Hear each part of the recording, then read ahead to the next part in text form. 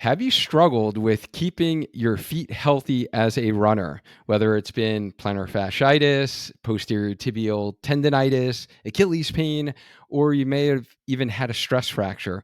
Welcome to episode 154 on the Healthy Runner podcast, where we help you get stronger, run faster, and enjoy lifelong injury-free running. Today, I get to chat with a legend in the ultramarathon community. Zack Bitter is here. He is a professional endurance athlete, coach, and host of the Human Performance Outliers podcast. Zack, thank you so much for being willing to share your ultra running experience on the show today. Absolutely, Duane. Thanks for having me on. Yeah, guys. So in this episode, Zack is going to really share his best tips on how you can keep your feet healthy for running. So, Zack, on the show, we always start with a little dynamic warm up like we would before our runs. So, I guess first off, can you tell listeners, where do you call home? Yeah, so my wife and I moved to Austin, Texas around this time last year, actually. So we're coming up on our 1 year Austin, Texas anniversary. Previously, we were in Phoenix for about 4 years, though. So um, I've been all over the place. I guess I grew up in Wisconsin, lived there for about 20 years. Was in kind of Northern California for 3 years before Phoenix, and then now Austin. So I'm sort of circumnavigating the United States, but Nicole, my wife, said, yeah, we're not doing the other half of that circle, so get comfortable. Yeah, she's had enough of moving around there. And I think I did see you ran at Wisconsin, right? Yeah, UW Stevens Point. So Wisconsin has obviously the big university in Madison, has a great cross country and track program there, and then there's a really competitive D3 set of programs actually in the WEAC conference, and UW Stevens Point is one of them. So I was fortunate to be able to learn a lot about running through that experience. Cool. Yeah. And how did that running journey begin? When did that start for you? Yeah, so I got into running in middle school. I was introduced through the Presidential Physical Fitness Challenge. That was kind of the first time I realized that there's different aspects to being athletic. It wasn't just like you're either good or bad. And I also learned that yeah, you can be quite poor at one side of things, but quite good at the other. So when things balanced out between what I guess that test is supposed to assess, running was my strength, distance running specifically. So I got a little bit curious about like what the opportunities were to kind of use that sport or participate in that sport, and that kind of led to like middle school track and field day type stuff. Eventually, in high school, I did a track and cross country, and ultimately ended up running at University of Wisconsin Stevens Point. And yeah, I would say my trajectory was quite slow in the sense that I didn't take it like overly seriously early on. I was never like a year-round runner or a high mileage runner in high school. It wasn't until I was introduced to the program at UW Stevens Point that I even recognized how far people actually run in a week when they're taking the sport seriously. So, yeah, I think some of that maybe has to do with, or some of the reason why I still love running today is partly because I didn't necessarily get thrust into it and have all these expectations that were either beyond what I should have had, or just kind of burnt myself out in it in the early days. And I think about that a lot. Yeah, and I think there's definitely something to be said about that because I know I've seen definitely a lot of collegiate runners and athletes who, the first thing when I follow up with them in like a year or two, they're like, "Oh, how's your running going?" They're like, "I'm not running." Like they Mm-hmm. got totally burned out, and they just take like a couple of years off usually before they start getting back into and actually like enjoying it. Now, for someone, so I'm an adult onset runner. I call myself. Started running age 32. Is it common for someone in college to actually do both cross country and track, or it just depends upon like the program where you will have your like specialties? Yeah, it's I would say like in most cases, middle distance and up is probably going to be doing cross country, and then they'll just be the distance squad or the middle distance squad. So like our cross country team was made up of essentially like 800-meter runners to the 10K guys and gals. So, and then everything in between. And there's a lot of variance within that as well. But yeah, I think that's probably pretty typical. You might have some programs where like their cross country program is so good that if you're an 800-meter runner, you're sort of like stretching yourself a little thin trying to do cross country, and then you may be on like kind of the development squad, so to speak, if you're going to do it. But yeah, I think it's not too uncommon that you have that crossover. I didn't have a lot of friends who or teammates, I should say, and friends who weren't doing cross country and track that were also doing the distance events on the track side of things. Yeah, and what's the longest distance event in cross country in college? So for D3, it was 8K is what we would do. I think there might have been a meet here or there where they'd have a 10K option, but D3 is pretty much 8K for the men, and 6K for the women. And then the D1 is where I think they focus more on 10K, and then they'll do some shorter distance stuff from time to time, but their national championship's going to be built off a 10K course. So every team is kind of peaking for that, I guess, is the way to look at it. Okay, so how does someone go from running 8K and, then going and breaking, the American and the world record in the 100 miler? Like, how does that transition happen? Like, how long after college did you decide to start running longer distances? Yeah. Well, it was interesting. I mean, I heard about ultramarathon running, I think, at the very end of high school when my cross country coach told me about Dean Karnazes. And at the time, I think he was planning some ridiculous, like 300-mile continuous run or something like that. And I just remember thinking that how absurd that was. At that point in my life, I don't think I was aware of anything beyond a marathon. I ended up reading some books about ultra runners in college. I want to say like either my junior or senior year. So I would have been in like my early 20s, like 21, 22 years old. And I remember thinking to myself, well, now that I have like a better understanding of the sport and why we do what we do, and had a little bit of a better opportunity to really experience, I think, the full battery of different types of workouts and the way they can be structured, I started recognizing, well, which ones do I look forward to? Which ones are ones that I'm like, okay, I'm going to do this, but I'm not going to love it type of a scenario, and then everything in between.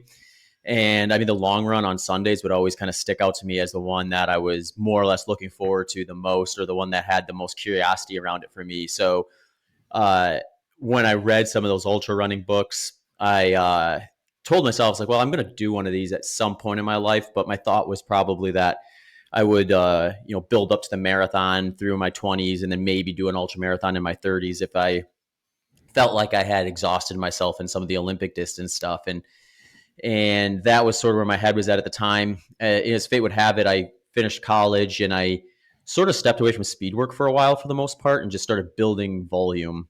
I was hitting pretty high volume in college by the end. I think I'd worked up to where in the summers anyway, my final summer, I think I was hitting close to 90 miles a week, 80, 90. And then I was maintaining 70 to 80 miles per week during the seasons that final year. So like after college, I started building up to be running like pretty consistently 100-mile weeks. And some of that just was like I sort of stepped away from speed work, as I said, and that probably helped free up some training load availability and lower the injury risk to some degree. And that's where I sort of started getting interested in longer stuff. And I did a few marathons sort of with, I would say, kind of back of the napkin type training protocol. Versus a real structured, like, I mean, that's one thing I've always, because I ended up getting into ultra marathoning a lot earlier than I thought. So I always do wonder, like, what would it be like to actually go through a thorough, like, training block for a marathon, race it, and then do it a couple more times and really try to fine tune it. Cause that's something I kind of bypassed. I sort of jumped past the marathon and got into ultra running because one summer I was looking at races to try to target in the fall, and was thinking about a marathon, and then I came across this 50 miler in southeast Wisconsin. And at the time, I didn't even know there were ultra marathons in Wisconsin. So this one actually happened to be within like 60, 90 minutes or so of the place I was living at the time. So I was like, oh, you know what? Maybe that'd be a fun thing to do. I was 24 at the time. So I was like, I'm going to do this. Then I'll go back to like whatever happens to be interest me, whether it be doing some like open cross country track meets and stuff like that, train for a marathon. That was where my mind was kind of at. I figured I'd do it, check it out, and then maybe revisit again when I'm in my 30s. Did that race. Uh, Total different experience from what I had been exposed to from a racing standpoint, just because you get up to 50 miles and now you're in like a very different intensity realm than you would be. The way I describe ultra marathons versus say something that's more like in the moderate to higher intensity realm is when you make a decision to do something, whether it be like a move or a pacing tactic, you have all the time in the world to think about it. And then if it turns out it was a bad idea, you have all the time in the world to dwell on it and kick yourself in the foot and try to. So you're fighting this mental battle to kind of stay positive, correct the mistake as best as possible, then carry forward and not worry about it. Whereas racing a 5K, you got to make the decision so fast that by the time you make a decision and go with it, you don't really have a whole lot of opportunity to second guess yourself until after the race. So it's like a Right. totally different mental thing. And that was really interesting to me. So I think it maybe leaned into some of my curiosity a little more than some of the shorter distance races had in the past. And by the time that same time, the following year, I was all in on ultramarathons. I think I did 350 milers in about a 9 week span at the end of 2011. And at that point, I was convinced that ultras were what I wanted to focus on. And from essentially 2012 onward, that's what I've been peaking for since. Yeah, did you say you did 350 milers in a 9-week span or a 9-month span? 9 week, yeah. What? I Yeah, thought, like, I heard that wrong. I was like, "No, he didn't do it in a 9-week." Holy cow. the That's funny thing is, crazy. at the time, I thought it was like relatively conservative because one of my introductions to ultra marathons was hearing about this guy Michael Wardian, who I'm sure you've heard of, and he was doing not just 50 milers every month. He was doing them every weekend, if not more. And then he'd oftentimes have these like crazy scenarios where he would do a race on Saturday and then be in a different state doing another race the following day. And I actually met him at the JFK 50 mile in 2011. And he was like, "Oh yeah, I'm gonna." Well, first of all, I asked him what he did to taper. I was just like trying to learn at the time. I was like, "What did you do for taper?" And he's like, "Oh, I took it kind of easy on Thursday and Friday leading into the Saturday race." And he was like billed to chase the course record that year. So it was like this build up to this race. And he's like on a 2 day taper. And then he was going to like scoot out of there afterwards to go back to his hometown because they had this like 5K um, fundraiser type thing they would do. And I think they offered prize money. And it was, I believe it was like him and his wife or him and one of his like friends that were putting it on. So he's like, if I win it, then the prize money can go to the charity versus to whoever wins it. So I'm going to go there and try to win that 5K the day after running this 50 miler. So for me, I think like there was a lot of openness in terms of kind of how you go about it. It was also the sport's grown so much since then too. Now this last decade of ultra marathoning, it's just continually gone up year after year to the point now where you can't really do that in any meaningful way and expect it to be something where you're performing at a high enough caliber to probably compete on most competitive courses. If you go to some of the more moderate or lightly competitive fields, sure, you can go and run 350 milers in a 9 week time frame and maybe win them all or have good days. But now it's like you got to pick one and really put your efforts in it because if you don't, someone else is, and then you're going to end up wondering what would have happened if you would have kind of given it a little more attention. So the sport has grown to the point now where I think it's getting closer to what we see in the marathon, where you don't have guys and gals doing like 6 or 8 races, sometimes 10 more races per year where they're really redlining. They might do that many races, but a lot of them are going to be kind of like just highly structured long runs and ways to practice their race day preparation and things like that. And they're probably going to peak for closer to two or three big races per year where they're really expecting themselves to kind of like wring themselves dry and then give themselves an actual off season afterwards. Yeah, and I even, I recommend that to our recreational runner population.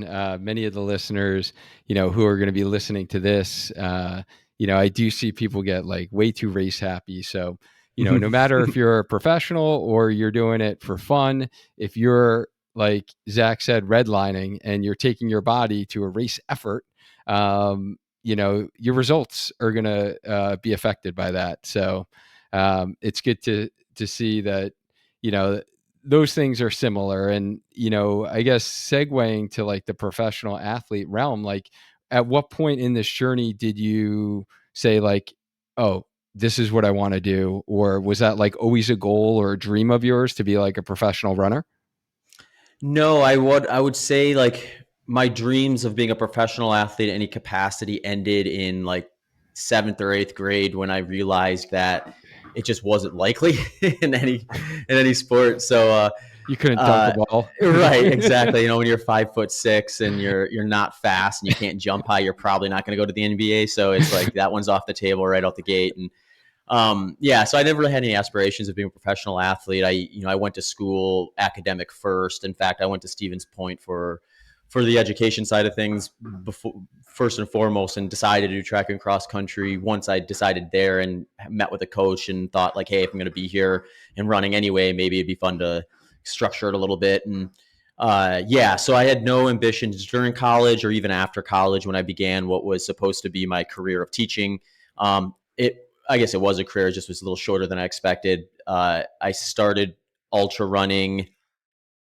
My first ultra marathon, I guess, was technically when I was still in college. I finished my teaching certifications, and then I graduated midway through the school year. So I did some long-term subbing positions for the remainder of that year, and then ultimately ended up going back to school to pick up more teaching certifications. So I'd have like more options in terms of what content I could cover. And it was during that kind of grad school phase where I was getting the extra certifications that I did my first ultra marathon. So I got my first full-time teaching job that following year, and that's when I really started kind of getting into ultra running as a sport that I was like, okay, I'm going to really see what I can do here. But it was 2013 in December when I first ran a race that put me in a position that I think was like the door started opening to start thinking about what is it like to have either a second job career with, you know, professional sport, and coaching versus just like kind of teaching for my main income and then racing as a hobby. And, you know, over about a couple of years, I just kind of kept acquiring some results and kind of building up my personal one-on-one coaching programs and things like that. And ultimately got to a point where I think it was 2015. I was teaching for my fourth full year, and I had a co-teacher who was a really interesting guy. He was like actually a professional drummer, and his wife was enrolled in the PhD program at UW Madison. So they moved from Southern California to the Madison area, and had just gotten hired to teach at Middleton Cross Plains at one of their schools.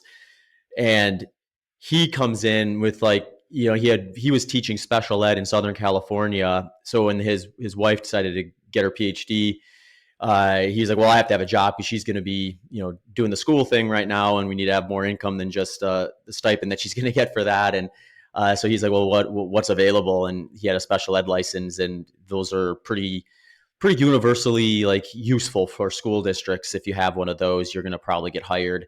So he applied and ended up in the same school as I did, and so he was a little bit more, I would say, traveled and like kind of, you know, take the opportunities when they present themselves type of a mentality. And he asked me, he's like, I just come back from racing the Desert Solstice Track Invitational in 2015. I had a pretty good race there. I think around 11 hours and 40 minutes for 100 miles. And he's like, when are you just going to like start doing that as a profession? And in my mind at the time, I was like, well, this is a small sport. This isn't like, you know, football or basketball or baseball where you sign this big millions of dollar contracts and then you're good. Is like, you know, the sport was still growing and there weren't a ton of opportunities yet for full-time athletes.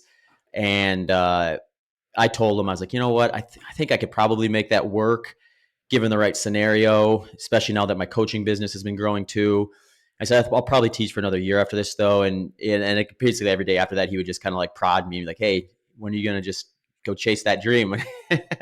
So at the end of the year, I actually did end up partnering up with some brands that were, you know, really looking forward to supporting me, and then had my coaching business where I wanted to be. And it was getting to a point where I kind of did have to decide between giving either teaching my full attention, at least during the school year, or giving the coaching and training and racing of my full attention.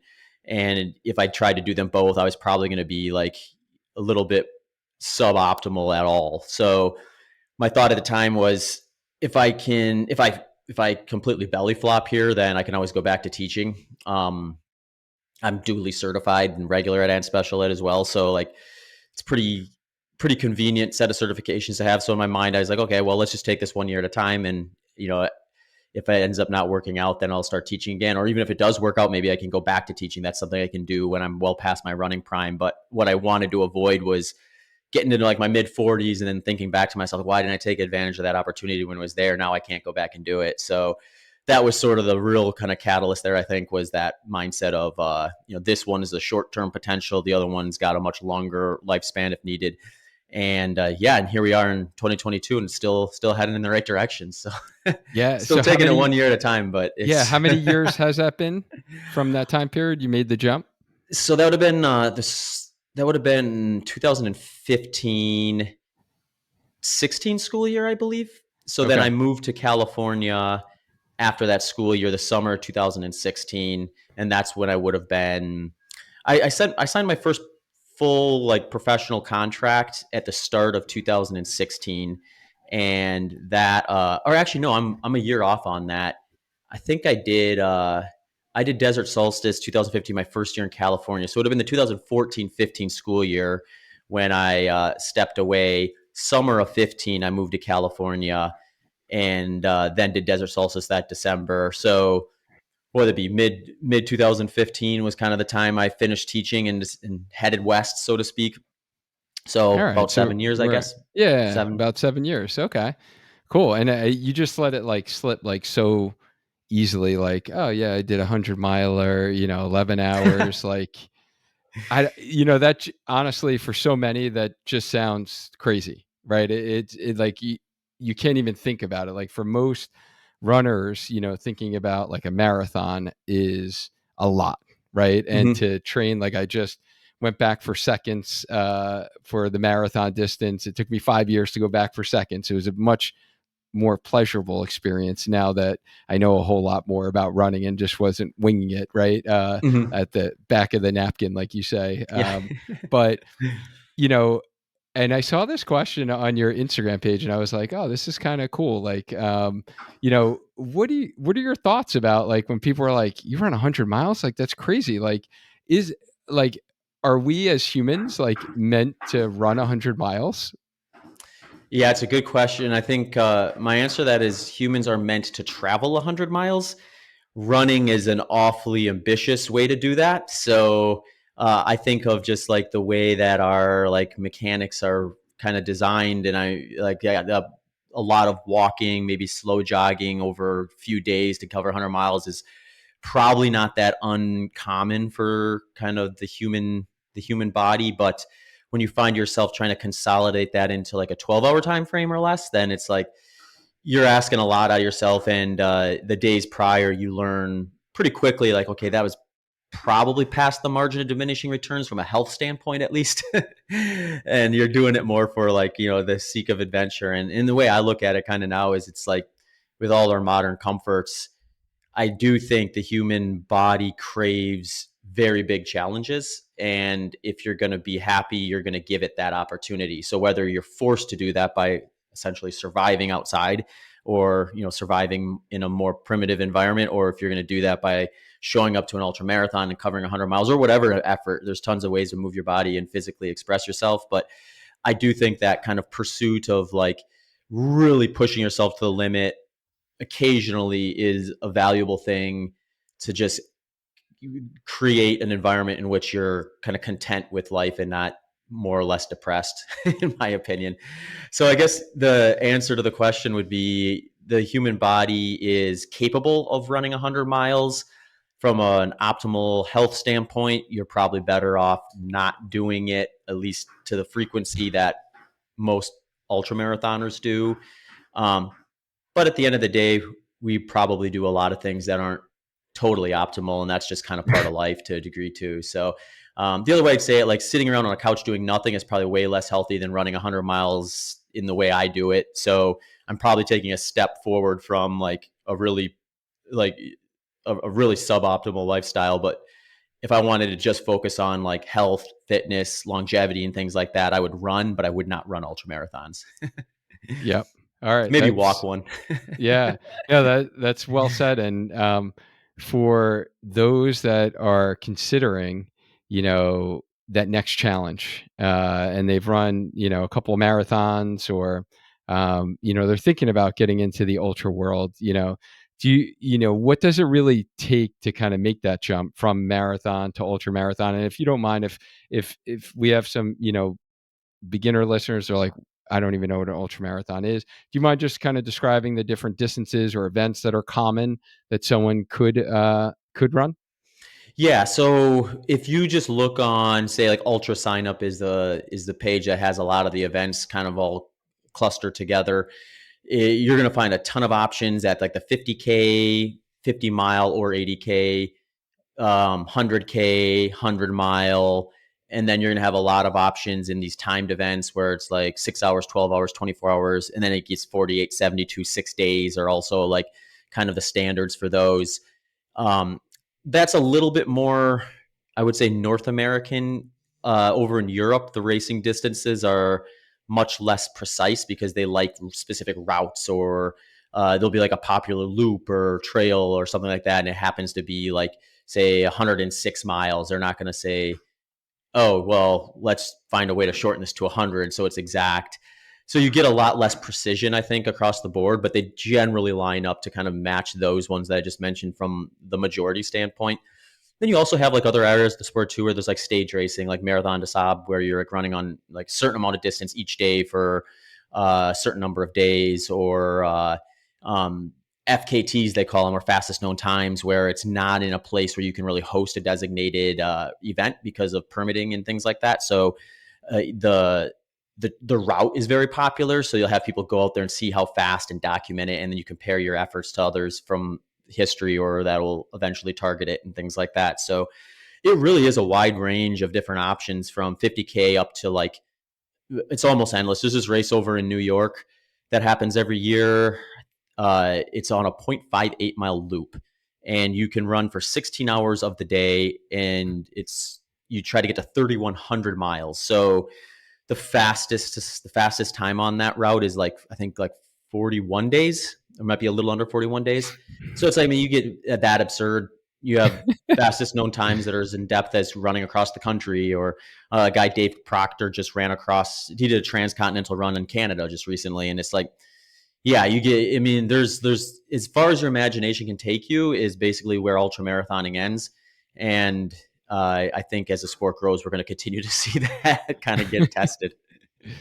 Yeah, and is there any, general principles or tips that you would recommend if someone was going to Oh, kind of yeah. make that jump from the marathon? Yeah, no, sorry, I didn't answer the specific No, that's question, but okay. yeah, so I think just in route of answering that, I would say, like, I think the marathon is still probably one of the more difficult races out there, despite it not being the longest.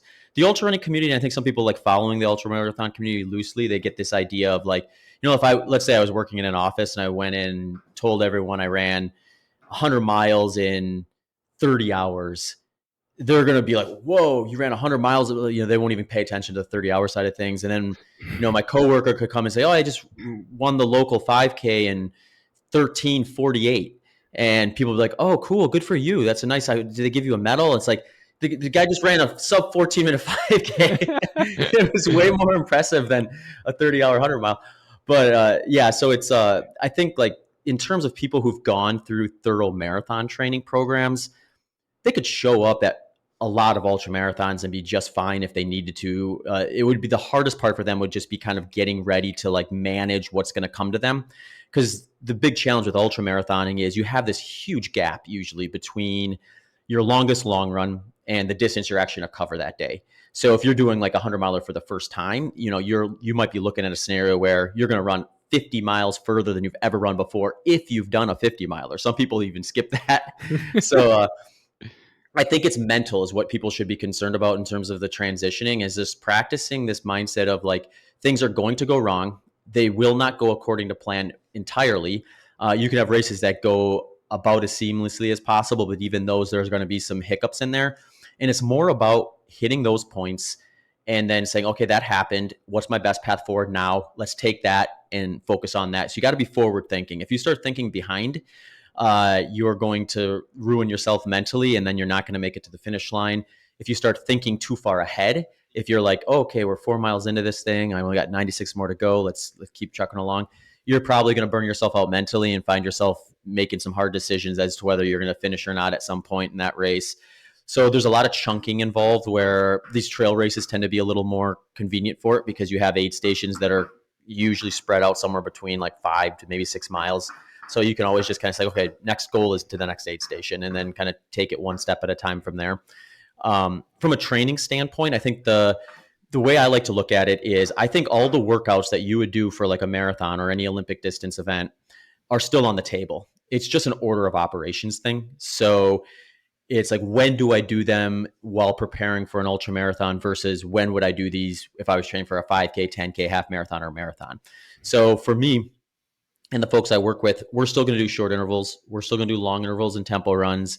We're going to still do long runs and everything. We're just going to position things in a way where we're working on any individual weaknesses and things that are important that are unspecific to the race intensity first, and get ourselves closer to doing more specific stuff when we're in kind of that final phase of the training plan.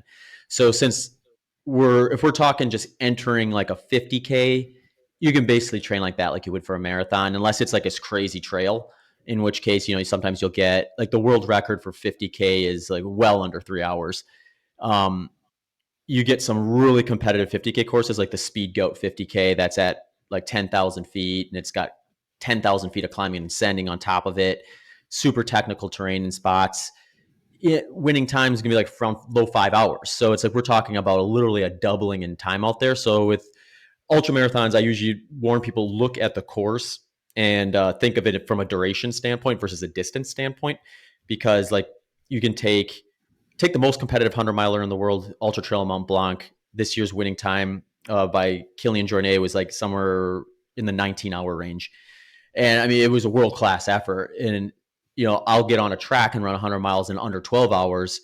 It's like the distance is the same essentially, but it couldn't be any more different of an event from an environment standpoint to a duration standpoint. So you got to think of it in that regard. But then, like, yeah, the other thing that maybe stands out is like a lot of times people will be getting a little more creative with a long run, whereas with a marathon buildup, you're probably gonna do one long run per week. You might do like a deload every like third or fourth week or something like that, just to keep it sustainable, and then start embedding some marathon pace work into it near the end. For ultra marathons, rather than betting marathon pace work into it, you might just try to like add a second one or even a third one at times, where you're going to do like a couple or a few like 3 or 4 hour sessions in subsequent days and kind of block those together. And that's going to be kind of your kind of cornerstone workouts at the end of the plan that are going to be very specific to the intensity that you're going to be doing on race day.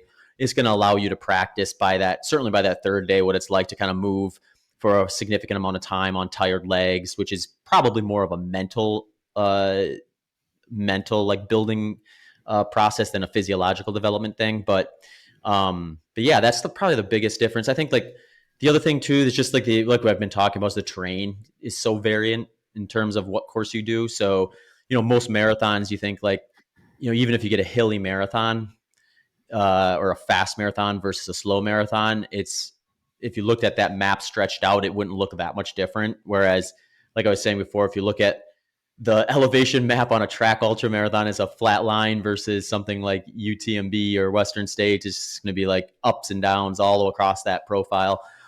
So it's very different from that standpoint. It's almost different sports, all kind of under this umbrella that we call ultra marathon. Yeah, and you prefer more of the flatter stuff, right? And you've done them on a track before? Mm-hmm. Yeah, I like to be able to run the whole time if possible. So Yeah. you don't get that option when there's 20% inclines. So Right, right.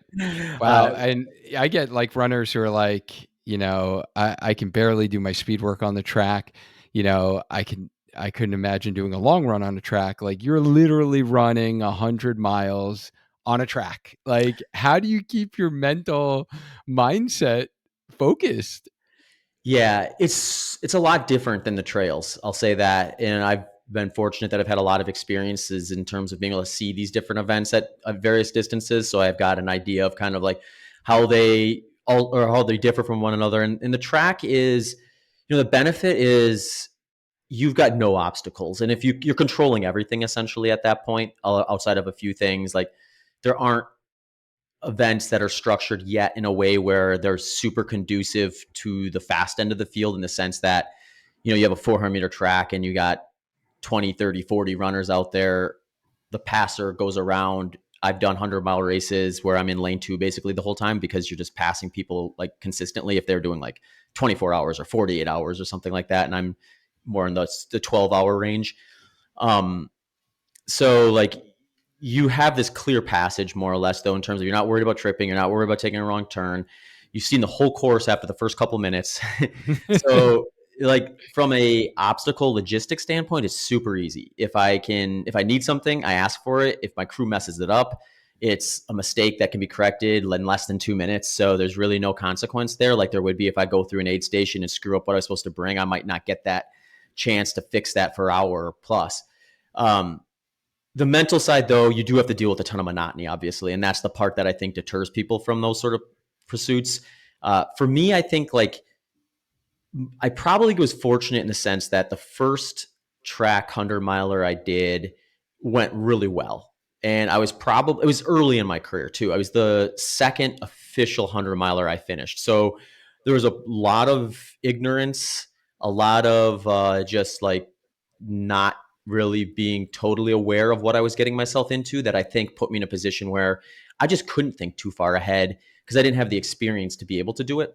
So I just went in there with a goal and kind of stayed focused on it. And I had like kind of not intentionally, but I had a really good buildup to it in the sense that I did a couple 50 milers that went well enough that I got really good training stimuluses out of them, but not so well that I felt like I needed a full off season afterwards. So I was probably physically as prepared for 100 miles as I have been for that one.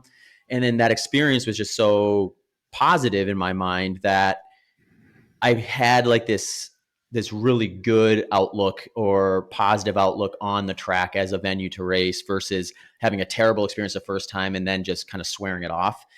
From there, I think it just becomes like an exercise in almost meditation where you are looking for ways to sort of distract your mind from the environment you're in, whether that be picturing yourself in a different environment, uh, just visualization techniques, or what I've started to do more recently is when I'm doing long runs, I'll put them on a track and then I'll just envision like what is it like to run like a 30-mile section of this race and just kind of go through those mental paces. So then on race day, I kind of have that dress rehearsal in my head that I can sort of set on autopilot more or less. But there are lows for sure, and those lows get a little more maybe a little more discouraging because it's very clear when you slow down or speed up or maintain pace when you can see your splits every 400 meters. Whereas if I hit a rough patch in a trail race and end up hiking up a hill a little slower than would have been able in optimal positions, I don't look at the clock necessarily and think like, oh, I'm really falling apart here. You're kind of hidden from that to some degree. Whereas if I'm targeting, say, uh, a minute and 40 seconds for a lap or something like that, and then I'm coming across consistently hitting a minute 42, I get that negative reinforcement every time I look at that. And you got to be really careful with those negative reinforcements. So coming up with strategies where you're not necessarily like clock staring all day and preserving that mental capacity is definitely something you got to think about on the track. And at the end of the day, it's not going to be for everyone. I mean, a lot of people come into the ultra running sport because they get burnt out on things like roads and tracks. So the idea of Right. going out there to the environment in which they're sick of and doing it for just an extended period of time isn't super appealing. And the reason they're enjoying ultra running is because they get out in these cool destinations and they can get in a little bit more of a kind of a flow out on the trails, I guess. And that's what's really making their why kind of resonate, I guess. Yeah, no, that's super impressive though. And I think I just saw like, did you literally just do another 100-mile race this past weekend? Yeah, I ran the Brazos Bend 100-mile on Saturday. So what is it, Thursday today? So I guess I'm about 5 or 6 days out from that. Yeah, and how's that recovery going? Really good. I actually think I recovered quicker than most 100-milers I've done. It was a bit of a unique buildup because I've been so fortunate with injuries. I had a battery of injuries early on in college as I kind of went through that growing pains of increasing volume and adding like higher quality speed work to my training protocol. But since then, really, I've been very, very few issues that have prevented me from getting to a starting line. And then anything that's happened for the most part just been like, all right, I need essentially a deload week or something like that. But I managed to like partially tear ligaments on both sides of my right ankle at the end of last year. Recovered from that and then did a race and then had it the outside of that, those ligaments on the outside of my right ankle flared back up earlier this year, and were just kind of like problematic for about the first half of the year. I ended up shutting things down at the end of June and most of July, and just kind of essentially redoing the rehab for that, and built back up for this race. So I built up in a little bit more of a conservative manner, just because I wanted to make sure I got through like all the different intensities and tested myself enough to be able to trust the ankle, but not so much that I end up kind of having another setback with it.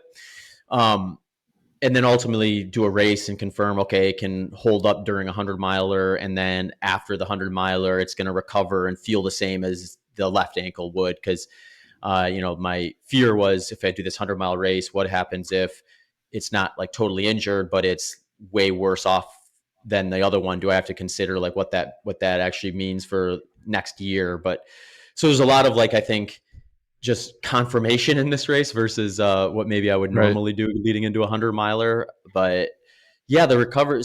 So I guess maybe the way to Yeah. look at it is I probably wasn't in a position to really exert myself the way I would when I ran like 11:19 in 2019 at the Pettit Center, which just means that I'm probably not as beat up after that training block in that race, which also is going to make the recovery process a little smoother. But in most cases, you're going to have some soreness for 2 or 3 days. Then that usually kind of resides. And then the next step is like kind of just feeling like you have the mental and energy levels back to where you want them to actually be able to think about running again. And then I usually like to give myself kind of 2 weeks where structure can be completely eliminated if needed. And then by the third week, I'll start running again, usually in a more structured manner. And once that kind of starts up, I start kind of building back into it. But I'm also paying attention to things like, both, or some of the more overuse type things like tendonitis things, or things that will usually flare up maybe a little bit after the fact. So that first 4 weeks after 100 mile is a little bit more of a sensitive time, I think, in terms of just really confirming that your body's ready to go through that next build up and uh, race eventually. So being less than a week out, I'm pretty confident that I'm ahead of schedule based on previous experiences compared to this one.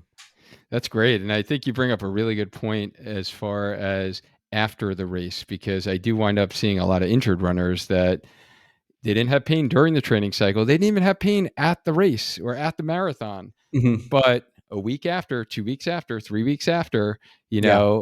going on easy runs, they started feeling this pain. And, the recovery aspect, I think, is so important. And there's so many runners who are probably listening to this that are always so anxious to get back on the horse, so to speak, or, you know, pride wise, maybe it proves that you're in more condition. So it is great hearing from a professional like yourself, like how serious you take the recovery aspect, as you take it as serious as the training itself, and respecting that your body does need to heal and recover both physically and mentally, for you to be able to, do what you do in that next training block. So it's always good to hear. And it is a common, mistake I see in a lot of runners, of kind of getting back into things too soon. And was that ankle, the partial tear you had in the ligaments, was that due to a traumatic ankle sprain? Like you had one incident where you rolled it, or was it just over time running on uneven surfaces that you wound up getting pain and irritation of the ligaments? Yeah, it was really interesting because I have rolled my ankle in the past a few times where it was very easy to pinpoint, like, oh yeah, I just completely turned it over and now it's swollen up and I probably got to take a couple days off, uh, before more, depending on how bad it was. But this time was weird. It was more just overuse in the sense that I was out on a long run and I sort of felt it starting to get a little more achy near the end than the other side. And then when I stopped, it really started to kind of flare up and swell a little bit. And that's when I was like, okay, I did something to it, but it was hard to pinpoint exactly when and how. I know the exact run it started behaving that way, but whether that, the likelihood was that it was everything leading up to that was put it on the brink. And then that run itself was like kind of the part where it finally exposed itself. Yeah, and then I went through the whole process of rehabbing it. I got an MRI so I could confirm that there was what was going on in there, and it was kind of funny. The the doctor was like, yeah, it's pretty messy in there, but it's not necessarily anything I wouldn't expect given what you do. Right, right, yeah, so So that just means the cartilage is probably a little worn, yeah.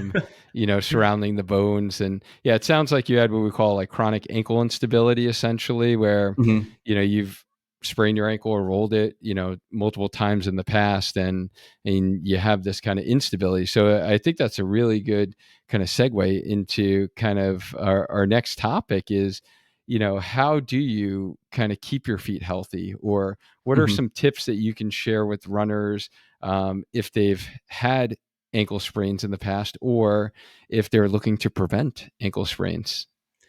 Yeah, no, it's a great question. And from my understanding, like the stronger you can get your feet, ankles, and lower legs, the more you're going to take the load off of those supporting areas, like the tendons and ligaments that can potentially get aggravated or partially torn or fully torn in some cases. So for me, given what I had, I knew my next move it was going to be I just need to make my lower legs and feet and ankles really, really strong. You think of running, there's impact forces that are going to really be the limiting factor in a lot of cases in terms of how much volume and training load you can get away with. It's why we see like pro cyclists, triathletes, and swimmers doing much higher volumes than, say, pro marathoners. Um, but that first initial point of impact is going to be that foot touching the ground. So, that foot touches the ground, and ideally, those muscles tense up, and kind of that tensing of the muscles is going to support that landing and keep that load from ending up in areas that it doesn't belong or overstressing tendons and ligaments. Also, can preserve things up the chain too. So, like, and this can get into kind of like a terrain or footwear question too of like, should I wear soft shoes or firm shoes or something in between? And it's like, well, a firm shoe or a lower profile shoe is going to really, really exercise those muscles in the lower legs. So it's going to benefit your point of impact in a way that you're probably going to land a little more precise. It's going to engage those lower leg muscles more. So it's likely going to kind of take some of that impact load away from what could potentially end up further, like in the knees and hips if you're not running with great form.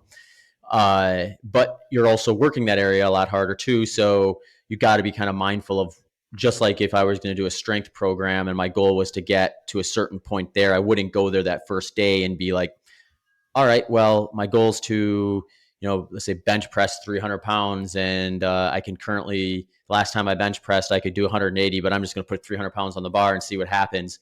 You got to be kind of careful with that too, where like there's muscles down there that need to get caught up in a lot of cases. And regardless of whether a low profile shoe or a maximal cushion shoe or something in between, we are putting a cast on our feet. So that cast allows us to do more than we'd be able to do when we don't have that shoe there, which is good. But permanence with that means that we're also going to likely atrophy that area to some degree. So I think like doing exercises, strength exercises that kind of keep those areas strong, as well as doing some running in low profile or barefoot scenarios where you start very gradually and kind of incrementally add more to it, are all really good strategies to kind of keep those lower legs, feet, ankles strong in a way where like when you do find yourself in a situation where you're running on uneven terrain or running a little bit longer than you have the structure there to be able to support that, so you don't end up picking up some of those overuse injuries. And um, the act of doing is pretty direct. So like, doing some grass strides on the inside of the track or something like that after speed work is a good thing to, I think, to add into your protocol. Like I said, maybe like if you're really used to wearing built up shoes historically and you want to strengthen your feet through running a little bit, getting a firmer or a lower profile pair of shoes, but starting out really slow, like maybe walk around in them for a while first, and then, do your shortest, easiest run of the week in them and just listen to your body the next day and see where the soreness is there. And if there's some soreness there, it's not a bad sign. It's just, you worked that area. So you need to give it some rest. So don't put those low profile shoes back on. Don't go out and do barefoot sprinting or something like that next day. Just like in the weight room, like if I'm bench pressing, I'm not going to go back to the next day and bench press that following day, because I need that area to heal up first before I can kind of take that next step forward. And just really treating it that way is good. And then if you end up in a situation like I was, where you actually have the injury and you need to use some strength work and some non-running related stuff to kind of strengthen the area. I really like kind of a series of different moves that I just keep in my strength routine now, where I'll do bent knee calf raises, straight leg calf raises. I'll take like a resistance band and do like all directions, like in terms of like kind of stretching that band out with my foot. So my foot is getting those muscles worked in a variety of different angles. And I'll do like tibialis raises. And that sort of stuff is just going to really kind of exercise those areas to the point where those muscles are just going to get a little stronger over time if you kind of stay consistent with that too. So those have been my protocols, I guess, or the advice I would give. Yeah, and those are all great tips, Zach. And we've definitely talked about this on the show before. I've shared my personal journey of going from being a PT who graduated college, being in very rigid custom foot orthotics, and being in them for 12 years, and finally kind of weaning myself out, as well as weaning my heel drop in my shoe. Mm-hmm. And yeah, I couldn't echo those sentiments enough, that it needs to be gradual and you need to listen to your body. I love the tip on actually doing, strides after your speed work on the track on like the straightaways. I haven't actually added that. I need to do that though. But that's a great tip. And I believe you've had Dr. Emily Splickle on your show before. Yeah. She's been on the podcast. Actually, Naboso is sponsoring this episode of the podcast. But everything that she's talked about, and we've talked about how important it is to like activate those intrinsic foot muscles and the short foot exercise. Is so critical to, like you said, because I experienced that atrophy of my feet. Like I literally couldn't even move my toes out, and I was only like 34 years old. And I'm like, Mm-hmm. I literally can't move my toes because the muscles don't actually know how to function because they didn't have to function. Yeah. So I've definitely seen those benefits. And another thing that I know, you know, you are a big believer in, the lower profile shoes and ultras, but, I wear my ultras, my zero drop for all of my strength training. Or if I was home, like during COVID, I did it barefoot, Mm-hmm. because those benefits of doing your strength training when you can actually feel the ground and activate those muscles are going to be super helpful. So, sometimes I see, runners in the gym with a high stack height shoe. And I'm like, you don't need all that cushioning when you're strength training. Like you actually Yeah. want to feel the ground and be able to use those smaller foot and ankle muscles because like you said, they're going to really help you in your running. They're going to keep your feet healthy. They're going to prevent, you from rolling your ankle. So yeah, I couldn't agree more with those tips. And it sounds like it's really been beneficial for you this last training cycle that you're able to kind of get some of this confidence back that you can, train back up to that 100-mile distance. So, that being said, I don't know if you've announced it publicly yet, but if you have, would you mind sharing any specific goals that you have, or anything heading into 2023 that Zack Bitter is eyeing out? Yeah, I have some goals for 2023. I think the big one is to kind of get back to the rep or to kind of the routine I would have been most comfortable with pre-pandemic. So just the way things played out with the pandemic, cancellations of races and things like that. And then I always joke around that I didn't time my injury appropriately. I wish I would have just planned it for 2020 because then I could have taken care of the pandemic and the ankle injury all at the same time. But typically, I like to do like kind of what I said earlier in the show is I'll pick 2 or 3 kind of goal races per year where I'm like my expectations are high for these ones, and then I'll sprinkle in. Usually it's between 50K to 100K. I'll sprinkle in maybe 5 or so of those that I'm going to be using as kind of tune-up races, long run development type things where I'm going to intentionally kind of hold back a little bit. So during the pandemic and then when I had this injury, I wasn't able to do that. It was like the races I was able to do, I was sort of like just main peak races for the most part. So for 2023, my main goal is to kind of get that protocol back into place because I find that I race better at 100 miles when I kind of have that sort of a trajectory in place. At the moment, I have the Avalon 50 mile on the Catalina Island in early January on the schedule. I'll possibly do the U.S. track and field 100-mile road championships in early March if that happens to end up kind of, I'm not sure that's been officially announced as the venue yet, but historically it has been. So that's kind of where I'll probably go. If not there, I'd like to do. There's a race here in Texas called the Rocky Raccoon 100 mile, and it's got a really kind of rich history from kind of some legends in the sport testing their limits there. So I'd really like to go there and give that one a good swing in one of these years. So if the road championships don't happen, that would maybe be a fun one to do.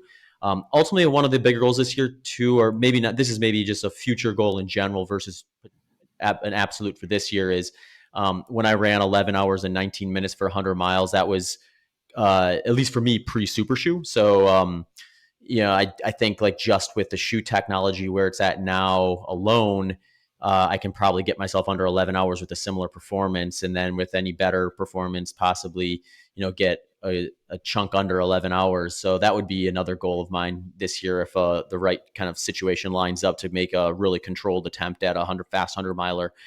And Yeah, I'd definitely. would that be a world record or an American record if it's sub 11? Sub 11 would be an American record, and sub 1050 would be a world record. So Wow. there's kind of, I guess there'd be a kind of two-tier goals on that part, where like getting under 11 would be awesome. Getting under 1050 would be even more awesome, I guess. Yeah, of course, indeed. Um, wow, that's awesome, and yeah, that sounds like you got some good plans up ahead. And if our healthy runner community wanted to follow some of your journey, or they wanted to learn more about your coaching and working with you, where's the best place that our community can connect with you? Yeah, my all my stuff is basically centrally located on my website, which is just zackbitter.com. From there, you can see my coaching options, podcast links, social media links, and all that sort of stuff. So if you want to banter online, I'm most active on Instagram at Zack Bitter, and then on Twitter at ZBitter. Awesome. And yeah, a lot of the exercise that you talked about today, I saw you also have videos on your YouTube channel and on your Instagram. So for those that want to check out some of those ankle exercises that Zach was talking about, and I also big fan. I didn't mention it before, so I got to throw it in there. The soleus strengthening with the knee Yeah. slightly bent, often forgotten about in many runners, where they only strengthen their calf muscles with their knee straight. So I Mhm. was a big fan of that one. Yeah, Zach, thank you so much for your time. This has been super cool connecting with you. And yeah, I'm looking forward to seeing your journey and what happens in 2023. I appreciate you taking your time out of your day. Yeah, no, absolutely. Thanks a bunch for having me on. It was great to chat. Yeah, and thank you to the listener, whether you're checking this out during a run right now on the podcast or on the Spark Healthy Runner YouTube channel. I appreciate you guys. As always, let's maintain a strong mind, a strong body, and let's just keep on running. Until next time.